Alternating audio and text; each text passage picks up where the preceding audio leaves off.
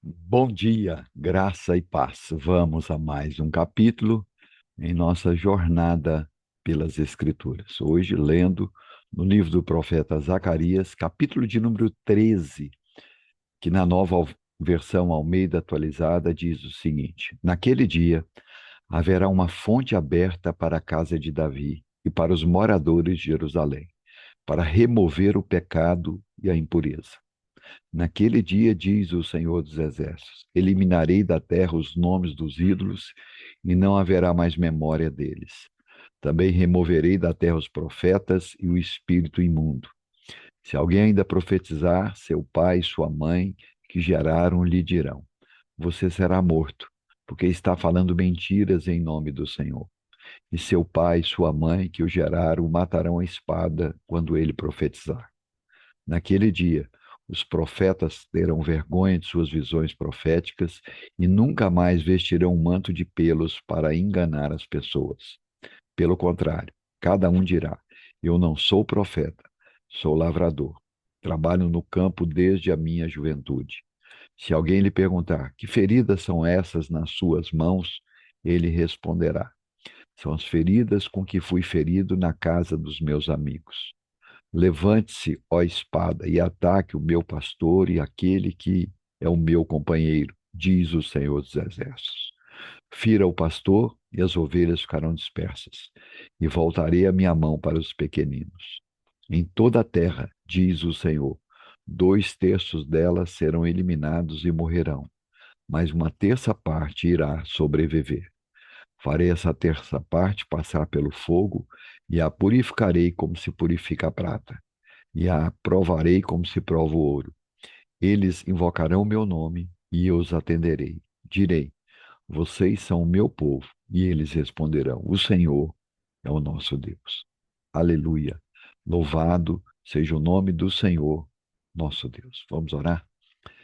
Senhor, nosso Deus, nosso Pai, em o nome do Senhor Jesus, nós acordamos, levantamos, estamos respirando e queremos iniciar mais uma vez o nosso dia diante da sua imensa e gloriosa presença. Quando o profeta Isaías se deparou com a visão do trono do Senhor, ele declarou a sua santidade, dizendo: Santo, Santo, Santo é o Senhor dos Exércitos. Mas ele também disse: Ai de mim, porque sou um homem impuro, habito no meio de um povo de impuros lábios, e os meus olhos viram o Senhor. A nossa iniquidade, o nosso pecado, realmente faz separação entre nós e o nosso Deus. Mas nós te louvamos, te bendizemos, porque através da obra redentora de Cristo Jesus, dos méritos do Senhor Jesus, do sangue de Cristo que foi vertido na cruz do Calvário em nosso lugar, somos reconciliados com o Senhor. Somos aceitos diante da tua presença. Somos declarados justos e santos diante do Senhor. Temos os nossos pecados perdoados. Podemos nos achegar diante de ti diariamente. Temos livre acesso à tua presença, única e exclusivamente pelos méritos do Senhor Jesus, pela obra regeneradora, restauradora, revigoradora de Cristo Jesus. Porque ele nos transportou para o reino do Filho do seu amor. Já não somos mais apenas criaturas, agora somos chamados filhos, co-herdeiros com Cristo, herdeiros da promessa, filhos de Deus, servos do Senhor. Queremos ser servos úteis, fiéis, obedientes. Por isso nos achegamos diante de Ti, porque temos total dependência do Senhor. Nosso desejo é servir ao Senhor em espírito e em verdade, com toda a nossa força, com todo o nosso entendimento, com todo o nosso coração. Apesar das nossas limitações e das nossas falhas, nós nos rendemos diante de Ti. Por isso, nesta manhã, confessamos diante do Senhor a nossa pequenez, os nossos pecados, a nossa negligência, a nossa indiferença, a nossa pouca percepção da grandiosidade do Senhor e da nossa pequenez.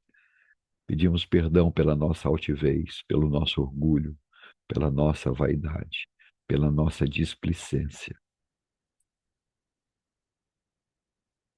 Lava-nos, Senhor, com o sangue de Cristo. Perdoa o nosso pecado. Conduze-nos a uma vida de devoção diária, uma vida de confissão de pecados, de arrependimento, de mudança de vida, uma vida de devoção diária, de oração, de leitura bíblica, de meditação na tua palavra, de busca do Senhor e do seu poder, de buscar conhecer ao Senhor e obedecê-lo e agradá-lo. Que esse seja a grande motivação das nossas vidas. Que deixemos de ser como meninos inconsistentes, levados por todo o vento de doutrina, por todas as circunstâncias, que quando tudo vai bem, nos alegramos e dizemos glória a Deus, Deus é bom, mas quando tudo vai mal, parecemos muitas vezes uma hiena chorando, uma hiena chorona, reclamando, resmungando e às vezes até mesmo culpando a Deus pelas consequências dos nossos atos e dos nossos pecados, pela consequência das nossas más escolhas, como, por exemplo, não buscar o Senhor em primeiro lugar, buscar as coisas deste mundo, as coisas materiais, buscar o conforto, a posição social, os recursos financeiros, o destaque na sociedade, o nosso próprio prazer, o lazer. Muitos de nós têm sido envolvidos com essas coisas deste mundo tenebroso. Então adquirimos bens que nos afastam do Senhor. Chácaras de lazer, recursos para viajar, iates, casas de campo, fazendas, coisas que em si mesmos são uma bênção, mas que muitas vezes são para nós uma pedra de tropeço, uma vez que nos envolvemos mais com isso do que com o Senhor e com a sua casa, uma vez que isso nos afasta da tua presença. Às vezes os nossos amigos, as reuniões sociais, passamos um dia, um domingo inteiro, um sábado, uma madrugada, nos divertindo, comendo, rindo, socializando com amigos e colegas de trabalho. Quando chega no momento de nos reunirmos com o povo do Senhor, na casa do Senhor, estamos mortos, cansados e, em vez de dizermos não ao nosso comodismo, irmos à casa do Senhor, damos vazão à nossa preguiça, à nossa negligência e deixamos de ir cultuar ao Senhor. Muito provavelmente porque ainda não entendemos a importância que é estarmos unidos, reunidos como igreja, como povo da aliança, louvando ao Senhor com um cântico congregacional, orando juntos, intercedendo uns pelos outros, apresentando as nossas vidas como sacrifício vivo, santo e agradável a Deus, que é o nosso culto racional, ouvindo a palavra do Senhor, a mensagem do Senhor.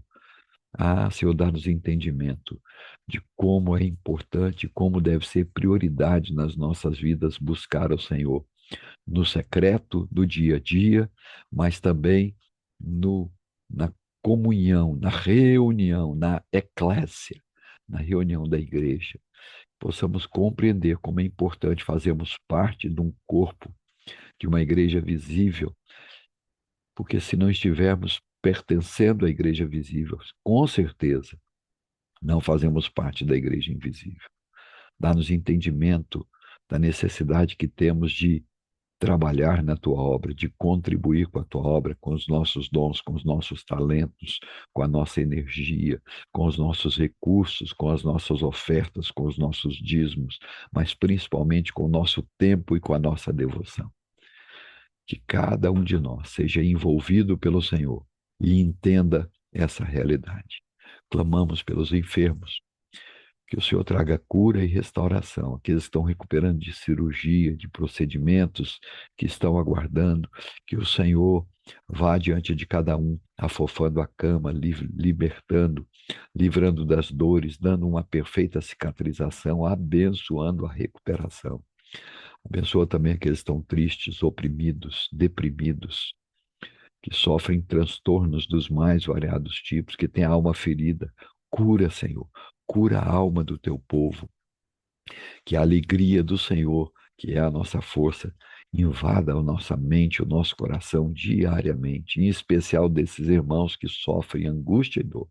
E tudo isso para a honra, para a glória, para o louvor do teu nome. Abençoa a tua igreja, renova a tua igreja, fortalece a tua igreja, sustenta a tua igreja, dá fidelidade a cada um de nós, membros da tua igreja. E tudo isso para a honra, glória e louvor do teu nome. É assim que oramos, agradecidos e confiados, única e exclusivamente, nos méritos do Senhor Jesus Cristo de Nazaré, o nosso Senhor e Salvador. Amém. Deus em Cristo nos abençoe. Amanhã estaremos de volta com mais um capítulo em nossa jornada pelas Escrituras, se o Senhor assim permitir. Um grande abraço a todos e até amanhã.